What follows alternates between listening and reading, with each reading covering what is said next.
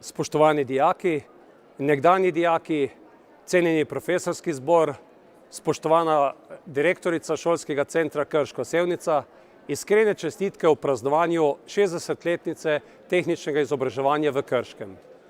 Hvala za priložnost, da vas lahko nagovorim preko video nagovora, kajti danes sem na zasedanju Evropskega parlamenta v Štrasburu.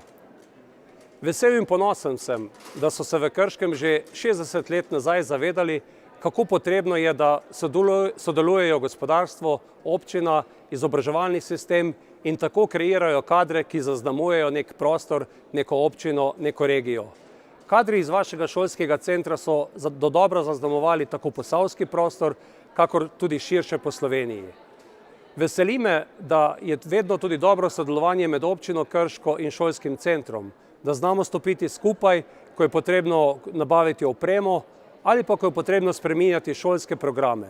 Tudi sedaj kot evropski poslanec sodelujem z vami na projektu Zavezništvo za mlade, kjer želimo slovenskemu prostoru povedati, da je potrebno veliko sodelovanje šolstva in gospodarstva in da bomo na tak način prišli do kvalitetnih kadrov. Čestitke tudi za vse uspehe, ki jih vaši dijaki dosegajo tako v Sloveniji, kot tudi širše po svetu. Prepoznani ste kot ena najboljših tehničnih šol, šola, ki ima rast vpisa in to je najpomembneje. Ob tem jubileju vam še enkrat iskreno čestitam in vam želim prijetno praznovanje in hkrati tudi dobro sodelovanje v prihodnje.